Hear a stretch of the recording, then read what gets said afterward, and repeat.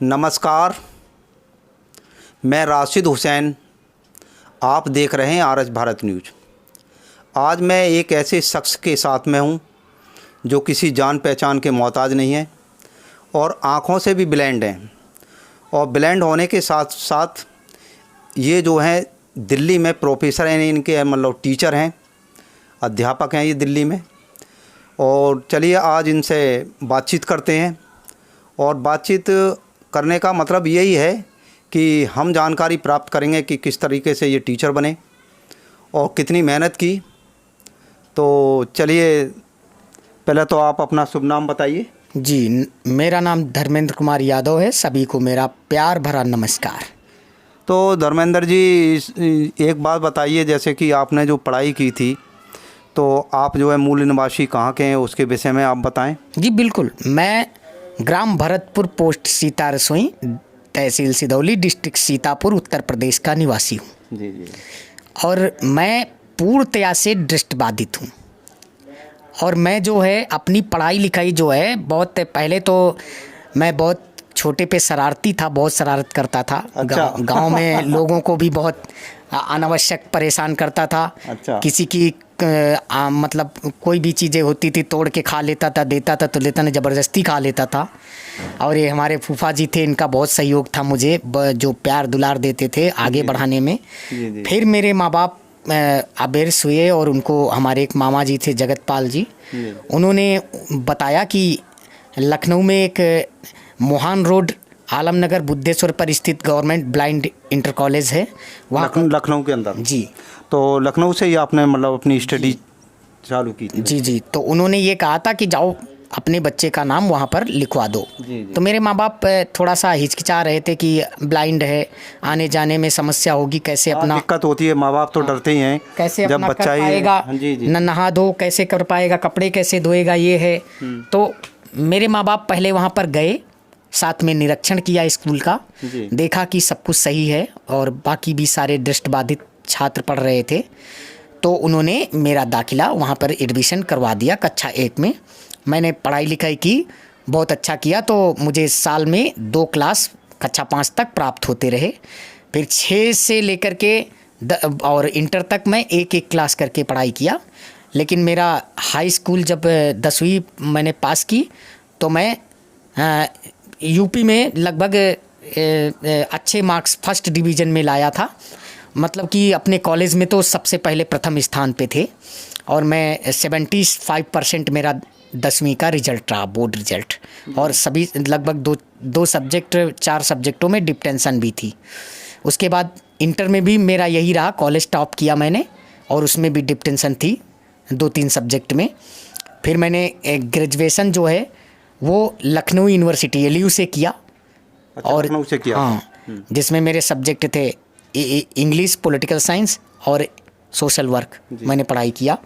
उसके बाद 2014-15 में मैंने बीएड किया, बैचलर मतलब स्पेशल बीएड में एडमिशन लिया। अच्छा, स्पेशल बीएड किया आपने? जी। Doctor Shakuntala Mishra national rehabilitation university से मैंने स्पेशल बीएड किया। मेरे जो टीचर्स थे वो बहुत अच्छे थे। बहुत इंटर कॉलेज के भी मेरे टीचर्स मुझे आगे बढ़ाने में सबसे नंबर 1 रहा उनका। बहुत अच्छा सहयोग रहा सभी टीचरों का और प्रिंसिपल सर का भी हमारे। और जो मैं स्पेशल एजुकेशन के जो प्रोफेसर थे उनका भी बहुत अच्छा नज़रिया था, पढ़ाने लिखाने में बहुत अच्छे थे और मुझे अच्छा प्यार और अच्छी सी हेल्प भी करते थे हर चीज़ से। उसके बाद एक हमारी मैडम थी, संगीत अध्यापिका रागिनी मैडम, रागिनी दीक्षित, उन्होंने भी मुझे बहुत फुल सपोर्ट किया और मुझे हर चीज़ से, चाहे वो आर्थिक हो या कोई भी हो, उन्होंने बहुत ज़्यादा सपोर्ट किया। सारी फैसिलिटी मुझे उपलब्ध कराई। पहले मेरे पास इतनी वो नहीं थी, मैं गांव से था तो इतना ज़्यादा मुझे कोचिंग वगैरह की मतलब वो नहीं मिल पाती थी। लेकिन जब उन्होंने बहुत ज़्यादा प्रयास किया, हर चीज़ की मेरी जो ज़रूरतें थी पूरी कराई और मैंने पढ़ाई लिखाई किया। फिर 2015 और 17 में मैंने MA पॉलिटिकल साइंस से मास्टर ऑफ आर्ट से MA किया। फिर 17 और 19 में मैंने doctor Shakuntala Mishra national rehabilitation university से ही विजुअल में ही, विजुअल एम्पेयर में मैंने M.Ed किया पोस्ट ग्रेजुएट, ओके ओके। क्योंकि स्पेशल से मुझे एमएड करना था। फिर मैंने आगे मुझे समाज सेवा करने का बहुत इच्छा थी। मैं शुरू से ही मैं समाज सेवा करता था, चाहे वो इंटर कॉलेज में ही हो, लो किसी भी छात्र की समस्या है, डिग्री कॉलेज में या यूनिवर्सिटी में, जो भी जिसकी या समाज में कहीं भी अगर किसी दिव्यांग को कोई समस्या आती थी, चाहे वो साइटेड भी हो, मैं अपने जो लोगों से जितना हो सकता था, लड़कियों को भी हो, लड़कों का एडमिशन कराना स्कूलों में, हर एक, चाहे वो आश्रम पद्धत गर्ल्स इंटर अब कॉलेज जैसे कि आप जो है मतलब अब जो दिल्ली में टीचर हैं। जी, ये तो अब हुआ हूँ। और 2020 में मेरा MSW master of social work भी मैंने वो किया। फिर दिल्ली में मैं अपना पहले टीचर्स की आई थी मेरिट वाली, तो मैंने अप्लाई किया था और मेरा तुरंत चयन हो भी गया था मेरिट लिस्ट पे, क्योंकि मेरी इतनी मेरिट अच्छी थी तो तुरंत मेरा चयन हो गया। आज भी मैं वहीं पर कार्यरत हूँ। पहले मेरी पोस्टिंग कालिका जी में हुई, कालिका जी से फिर GTB नगर हुई। GTB नगर में मैं वहाँ पर सीट नहीं थी, तो मैं अपना जा कर के फिर मुझे जहांगीरपुरी के ब्लॉक मिला। जहांगीरपुरी के ब्लॉक में मैंने काम अभी भी कर रहा हूँ। बीच में मुझे सेवा कुटीर जो स्कूल था, ब्लाइंड स्कूल, वहाँ पर म्यूजिक टीचर के रूप में भेजा गया। वहाँ मैंने म्यूजिक भी पढ़ाई, बच्चों को 11-12 को भी पढ़ाता तो था। आप जो है सारा मतलब जैसे बच्चों को जो पढ़ाते हैं आप, मतलब इंग्लिश के बारे में ही बताते हैं या मतलब सारे सब्जेक्ट पढ़ाते हैं आप? देखिए, मैं जो स्पेशल टीचर हूँ, तो स्पेशल टीचर का मतलब है सारे सब्जेक्ट, ऑल सब्जेक्ट, जो भी स्पेशल बच्चों की नीड है, सारे सब्जेक्ट पढ़ाना। तो यहाँ तक आप पहुँचे हो, तो उसके लिए सबसे ज़्यादा श्रेय आप किसको देना चाहेंगे? देखिए, सबसे ज़्यादा श्रेय तो मैं अपने माँ बाप को देना चाहूँगा, और जो हमारे फूफा जी हैं, और जो मामा जी थे, और जो हमारी अध्यापिका मैडम जी थी, दीदी, उन्होंने मुझे इतना वो किया। लेकिन सबसे प्रथम सहयोग मेरे माँ बाप का रहा, क्योंकि उन्होंने अपनी धैर्य को बनाया और मुझे यहाँ तक पहुँचाया। घर परिवार में कितने लोग हैं? घर परिवार में मेरे 5 भाई। भाई कितने हैं? 5 भाई हैं और 2 सिस्टर हैं मेरी, 2 बहन, और सबकी शादी हो गई। अब कोई भी बिना शादी के नहीं रह गया। अच्छा, तो एक चीज़ और बताइए आप, जैसे कि जो आपके भाई हैं, 4 भाई और हैं आपसे अलग जी, तो वो जो है क्या करते हैं मतलब? देखिए, बड़े भाई तो हमारे घर के काम करते रहते हैं अपना, और उससे छोटे जो भाई हैं वो अपना गाड़ी चलाते हैं, जो गैस वैस की होती है एजेंसियों की, और उनसे छोटे जो हैं अपना कपड़े की गवर्नमेंट की दुकान अपना। तो आपने शादी कर ली है या नहीं की अभी? नहीं, मैंने तो कर ली है शादी। अच्छा, शादी कर ली है। हाँ। तो शादी जो है कब की थी आपने? मैंने शादी की थी 17 मार्च 2020 को। अच्छा। और उसके बाद तुरंत लॉकडाउन लग गया था। अच्छा अच्छा, तो वो भी ब्लाइंड हैं क्या? जी, मेरी मिसेज ब्लाइंड हैं, और वो भी मेरी मिसेज जो है वो मेरा बहुत पहला प्यार है सबसे। अच्छा। और कॉलेज स्कूल लेवल से, इंटर कॉलेज लेवल से मेरा उनसे प्यार हुआ था, दोस्ती हुई थी। फिर यूनिवर्सिटी में भी साथे पढ़े हम लोग 4-5 साल। जब उनका ग्रेजुएशन वगैरह कंप्लीट हुआ, DED में एडमिशन कराया, उनकी मम्मी जी का निधन हो गया। उसके बाद मैंने उनकी मैरिज उनसे कर ली। अच्छा, शादी कर ली जी। उसके बाद तो मेरा एक बेटा अब हुआ। हमने ये भी सुना है कि जैसे कि आप जो है उन्हें UPSC की तैयारी करा रहे हैं।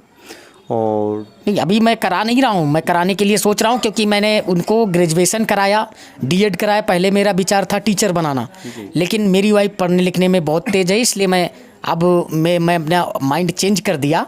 अब मैं उसे IAS की UPSC की तैयारी कराने की सोच रहा हूँ, कोचिंग। अच्छा, आप कुछ ऐसा बताइए, जैसे कि आप कहीं सफ़र कर रहे हों या कहीं पर भी आप जाते हैं, तो कहीं पर इस तरीके से किसी ने आपको नाम ही ना बोला हो, या मतलब देखिए, ये तो दुनिया का एक वो है, दुनिया में जहाँ भी जाओगे, या सूरदास कहा हो। हाँ, मैं समझ सकता हूँ। दुनिया में आप जहाँ जाओगे वहाँ नए नए लोग तो मिलते हैं। उन लोगों के लिए किस तरीके से हैंडल करते हैं आप?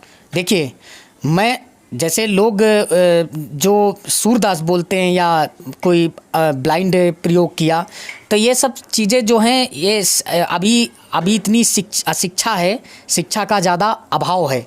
अभी ज़्यादा लोग इस चीज़ से परिचित नहीं है कि जो ये। तो आपको बुरा तो नहीं लगता है? नहीं, मुझे कोई बुरा नहीं लगता, क्योंकि मैं ब्लाइंड हूँ, तो मुझे बुरा क्यों लगेगा? अच्छा। जो चीज़ है तो वो सही है, लेकिन हमें उनको उद्देश्य ये देना है कि देखो, ऐसा उनको अब अवेयर्स होना चाहिए कि जो ब्लाइंड हैं या कोई जिस प्रकार का भी दिव्यांग है, वो अपने आप में कुछ भी कर सकता है, हर चीज़ के लिए वो सक्षम है। आज मैं टीचर हूँ, क्यों हूँ? क्योंकि मैंने इतना संघर्ष किया, मैंने इतनी अपनी लाइफ को संघर्ष भरी जी करके और इतनी मेहनत करके तभी आज इस मुकाम पे पहुंचा हूँ। विकलांग वगैरह होते हैं या दिव्यांग वगैरह होते हैं, है नहीं, तो उनके लिए आप क्या संदेश देना चाहेंगे? देखिए, मैं अपने दिव्यांग भाई बहनों को यही संदेश देना चाहता हूँ कि जैसे मैं टीचर बना या और लोग बैंकिंग में जाते हैं, आईएएस बनता है, पीसीएस बनता है, वैसे प्रयास आप लोग भी करिए।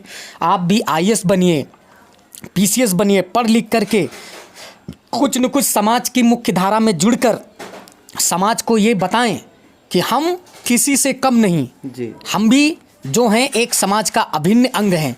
हमारे अंदर भी वो शक्ति है, हमारे अंदर वो सहनशीलता है, हम भी वो कार्य कर सकते हैं जो एक समान व्यक्ति कार्य करता है। और उनको मैं एक और मतलब एक अपनी बताना चाहता हूँ संदेश कि आप कि जो आपके अंदर टैलेंट है, उस टैलेंट को चाहे जिस प्रकार जिस माध्यम से आप निखार करके समाज के एक मुख्य धारा में लाइए और अपने हुनर को सबके सामने प्रकट कीजिए कि हाँ, हम भी मेरे पास भी ये हुनर है, चाहे वो म्यूजिक हो या आपके पास क्रिकेट हो या आपके पास एक पढ़ने लिखने की शिक्षा हो या आपके पास जो भी अतिरिक्त टैलेंट है उसको आप बाहर निखारिए और निखार करके लाइए। लेकिन एक बात मैं दिल्ली सरकार से भी अनुरोध करना चाहता हूँ कि जो जैसे दिल्ली सरकार ने ये बसों में और हर चीज़ में दिव्यांगों को निःशुल्क किया है, वैसे दिल्ली सरकार से अनुरोध है कि वो मेट्रो में भी जो सफ़र करते हैं इनका किराया मुक्त करे, जिससे हमारे बेरोजगार जो दृष्टिबाधित हैं या अदर दिव्यांग हैं साथी भाई बहन वो आसानी से अपनी यात्रा कर सकें मेट्रो से। अभी हमारे धर्मेंद्र भाई ने बताया कि मतलब जैसे कि दिल्ली मेट्रो के अंदर होता क्या है कि जो दिव्यांग वगैरह होते हैं या विकलांग वगैरह होते हैं, विकलांग भी, हाँ, तो उनका क्या है कि किराया लगता है। तो दिल्ली सरकार को भी विचार करना चाहिए, सोचना चाहिए कि जो दिव्यांग हैं, जो नामीना हैं, तो उनसे जो है उनका किराया माफ़ होना चाहिए। तो हम भी दिल्ली सरकार से बोलना चाहेंगे अपने चैनल के माध्यम से कि इन दिव्यांगों की तरफ भी ध्यान दिया जाए और इनका जो मेट्रो में जो सफ़र करने का सफ़र जो करते हैं तो इनका जो किराया है माफ़ कर देना चाहिए। और कुछ बताइए, हमने ये भी सुना है कि धर्मेंद्र जी आप जो है कभी कभी जब घर पर होते हैं और जब खुशी के मूड में होते हैं तो कभी कभी गाना भी गुनगुनाते हैं, तो मैं आपसे एक अरे नहीं चाहूँगा कि एक इसमें कुछ कविता वगैरह कोई सॉन्ग वगैरह थोड़ा सा गुनगुनाएं। देखिए मैं और मैंने सुना है आपके विषय में, तब मैंने ये सवाल रखा है। तो आपको दर्शक देख रहे हैं और वो मतलब सुन रहे हैं, तो आप थोड़ा सा गुनगुना दीजिए। जी बिल्कुल, मैं बिल्कुल गुनगुनाऊंगा कि बताएं हम तुम्हें कैसे कि हम क्या देख पाते हैं। मैं सभी दर्शकों को ये संदेश देता हूँ कि मैं दिव्यांग हूँ, दृष्टिबाधित हूँ, लेकिन आप लोग सुनो कि बताएं हम तुम्हें कैसे वाह वाह वाह। कि हम क्या देख पाते हैं। अंधेरे दिल में उम्मीदों के दीपक जगमगाते हैं। तुम अपने आँख से रंगीनियाँ देखो जमाने की, और हमारी बंद आँखों में नजर घन श्याम आते हैं। बताएं हम तुम्हें कैसे कि हम क्या देख पाते हैं। तो धर्मेंद्र जी एक बात मैं बोलूं आपसे। बिल्कुल सर। कि एक कोई अच्छा सा गाना और गुनगुनाइए। अरे देखिए, मुकेश जी का एक गाना है, मुझे बहुत अच्छा लगता है। हाँ। तौबाए मतवाली चाल, झुक जाए फूलों की डाल, चांद और सूरज आकर मांगे तुझसे रंगे जमाल हसीना, तेरी मिसाल कहाँ। तौबाए मतवाली चाल, सितम ये अदाओं की रानाइयाँ हैं, कयामत है क्या तेरी अंगड़ाइयाँ हैं, बहारे चमन हो, घटा हो, झनक हो, ये सब तेरे सूरत की परछाइयाँ हो। कि तन से उड़ता गुलाल कहाँ, हाँ तौबाए मतवाली चाल, झुक जाए फूलों की डाल, वाह, वाह, वाह। चांद और सूरज आकर मांगे तुझसे रंगे